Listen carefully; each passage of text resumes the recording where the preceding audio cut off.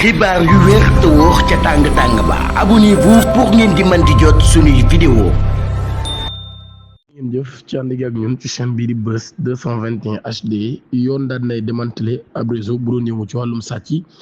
ak jur ca Kaolack ci loolu ñu ci jàpp ñett nit ngir association de malfaiteurs vol de bétail doon ko amal ci ak guddi waaye dem doon jëfandikoo ay moyens de transport. sûreté urbaine bu commissariat central bu Kaolack daan nay amal diggante le 28 jàpp 29 mars 2026 ab série d'intervention boo xam ne daan nay tax mu daal neutraliser ab bande boo xam ni dañoo organiser woon di opérer ci diggante Koutal ak Kër Madiabel.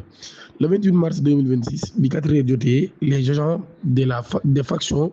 au poste de contrôle du pont Nioro daan nañu intercepté ab oto Peugeot boo xam ne mi ngi jógee ci Koutal fuy bi ñu amal ci oto bi nag daal moo tax ko ñu daal dafay fekk lu toll ci juróom benn xar ñu yeew leen daal leen nëbbu ci li nga xam ne moo di ginnaaw oto bi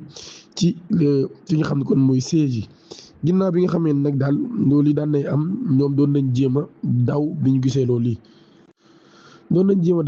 loolu yi maanaam ak seen tànk waaye chauffeur bi ak kenn ci ay autorité nag daal daan nañ leen neutraliser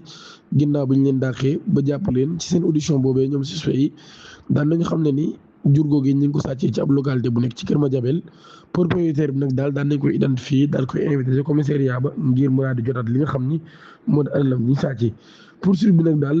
wala boog bi nga xam ne topp nañu investigation yi par la sûreté urbaine daan nañu tax kon enquêteurs yi ci boppam daal dem ci li nga xam ni moo di ab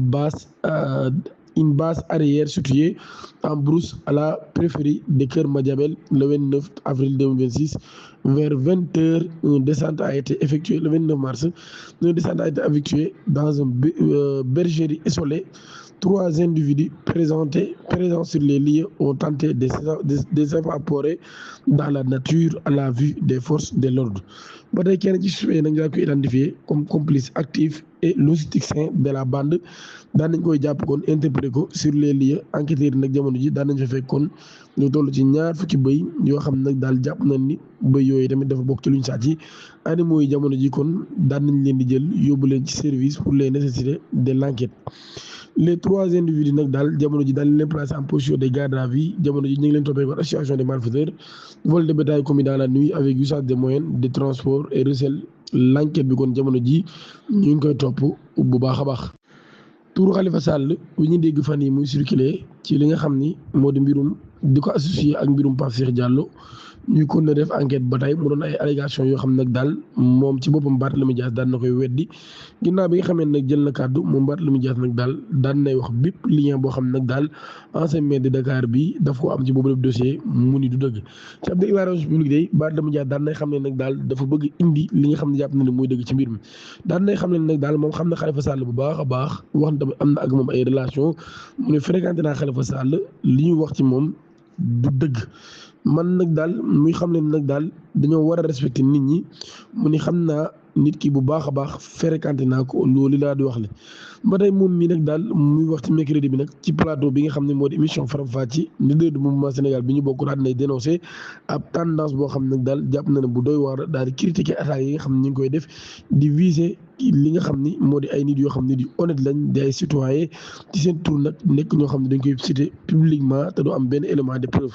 établi au-delà de la défense de Khalifa Sall. Barthélémy Dias ci boppam nag daal daan nay interpeller les autorités sur la gestion de l'information dans le cadre de cette affaire muy xam ne nag daal mi ngi intéressé wu bu baax a baax ci boobu leen mbir tur yi nga xam ne day fuité ci jamono boo xamee ni enquête bi ñu ngi koy topp bu baax a baax mu ne dañoo nekk ci ab république avec une gendarmerie une policier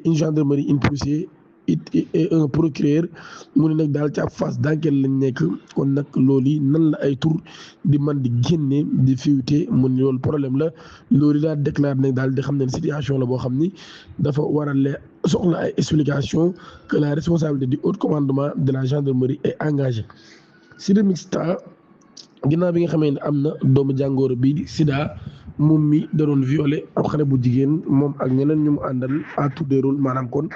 violé rek jox sa morom ci loolu nag dañu jël tudd turu Pape Cheikh Diallo ci boobale mbir. ay viol répété sur mineur ca cité mixta loolu yi day daan ne am ab dimension beneen dimension buñ sukkandikoo ci ay sources yu jege enquête bi nga xam ne division des investigations criminelles di DIC ñoom ñoo koy def.